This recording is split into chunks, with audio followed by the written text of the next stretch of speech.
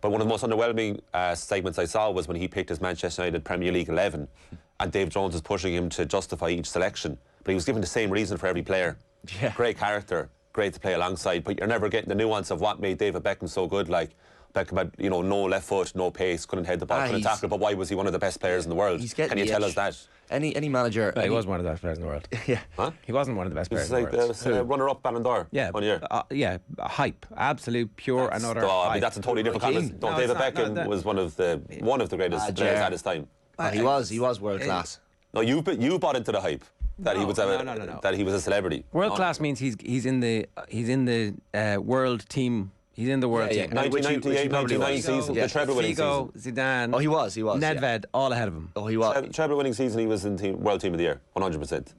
I don't. They won the treble. I don't agree. He was brilliant. Like, I think he was unbelievable. Completely useless in the final.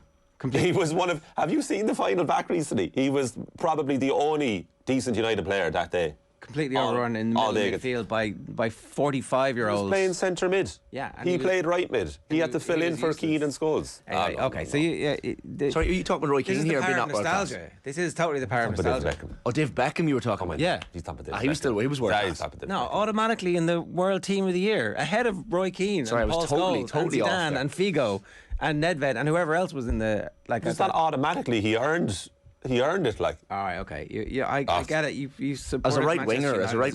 It's fine. It's not. It's really not. He scored 83 goals for United from right mid. All right. Mark Hogan says Gerrard has to get the sack playing shocking football, tactics, etc., etc. Players can't be happy playing that type of football. We're going to talk with Ty Bracey a little bit later on. I might as well do the coming up now. So Kathleen's going to join us in about 2 minutes to restore some order.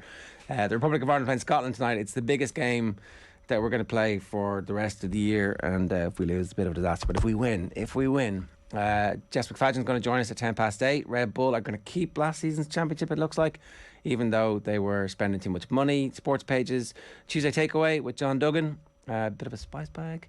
Ty Bracey at 8:50. Tom English is going to talk Celtic, and we'll also refer back to the fact that Scotland are also playing tonight against Ireland, and then some Monday Night Rugby goodness coming your way as well.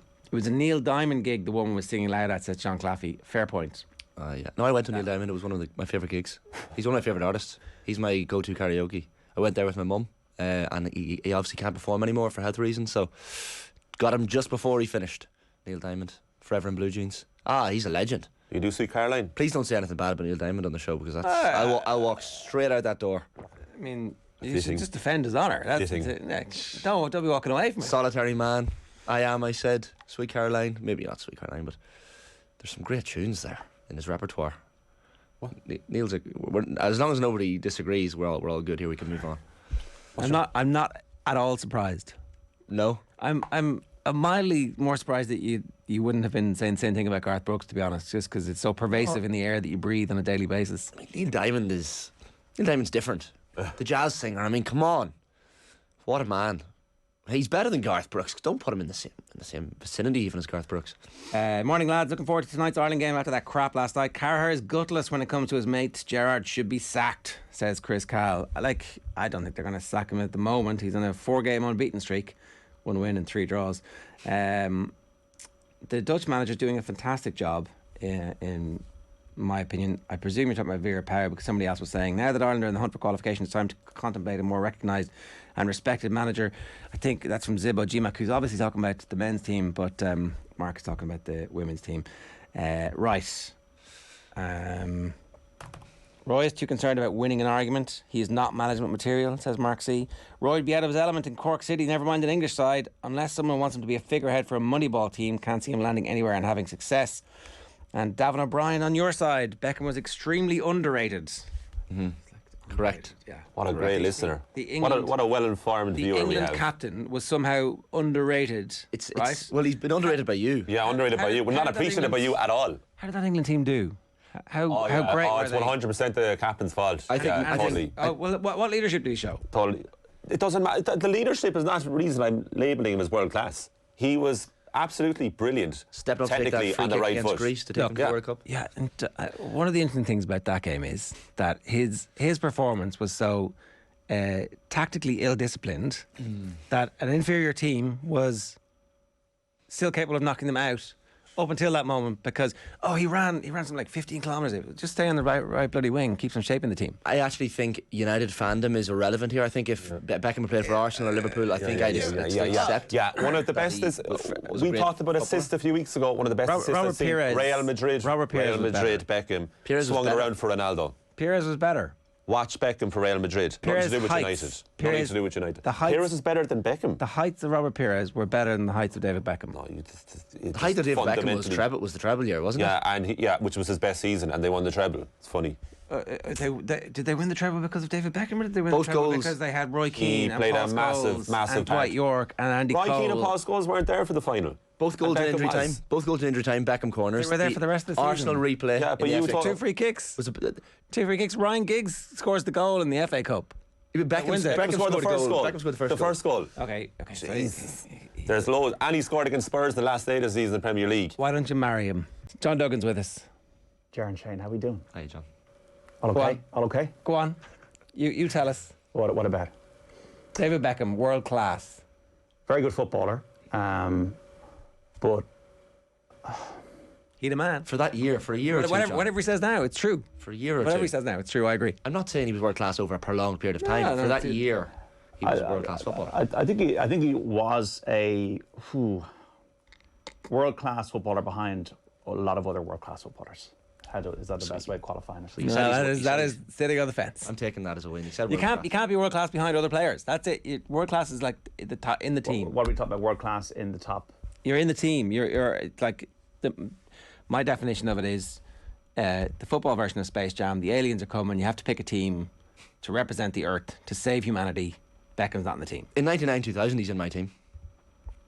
He's not in my team. He could be in your team as a right winger. Yes. But when I think about the United team of 99, like Keane, Scholes and Schmeichel would be ahead of, and Stam would be ahead of Beckham. They're all in different positions. And probably Giggs too. So when you're thinking about the Liverpool team that won the Champions League, you think Salah's right up at the top of your picks. Yeah, but Stam wasn't more of a world-class right midfielder than David Beckham. Beckham at right midfield that year was world-class. Stam played like World Cup semi-final. No, he was brilliant at centre-half, yeah, but I'm saying in that position of right midfield, that year, Beckham was world-class. Well, I mean... In his given position. He delivers balls into Cole, York, Sheringham, Solskjaer. Would they have scored the goals they scored that year without Beckham? Probably not. One thing interesting about Beckham is that Ferguson let him go. Remember, Ferguson let him go. Let him go because he was kicking boots at his head and there was attitude problems towards the end. Probably Beckham wanted to be Galactico. At his still peak. Still let him go at his peak. Yeah, let him go. That says something about Beckham's legacy. No man's bigger than the dressing room, and I understand why I let him go. But it just says something about his legacy. His legacy is it's very good. It's B+, but it's not A. I would agree. Yeah. Lads. There was disagree. I mean, entirely.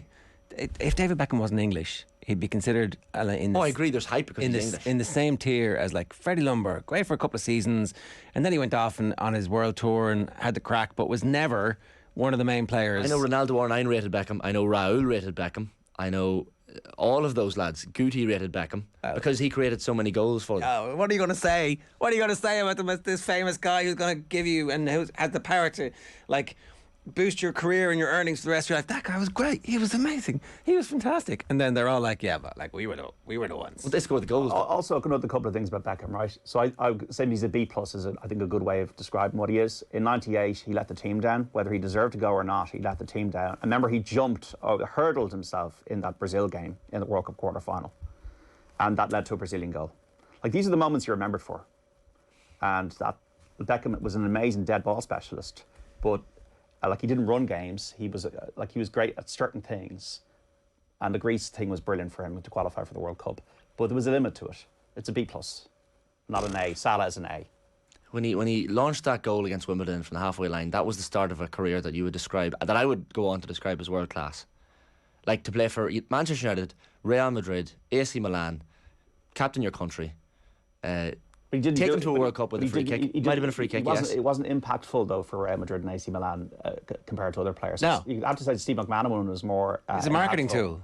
For Real Madrid than... He still had a great career with both of those clubs. Yeah, but sure, loads of players have great careers when they're surrounded by better players. Like, loads of great players. Ian Hart was a better free kick taker than him. Like, I think fairly statistically that has been... The notion about him not having any pace, didn't Ian Hart beat him in a race? Like... I think that he was very, very good.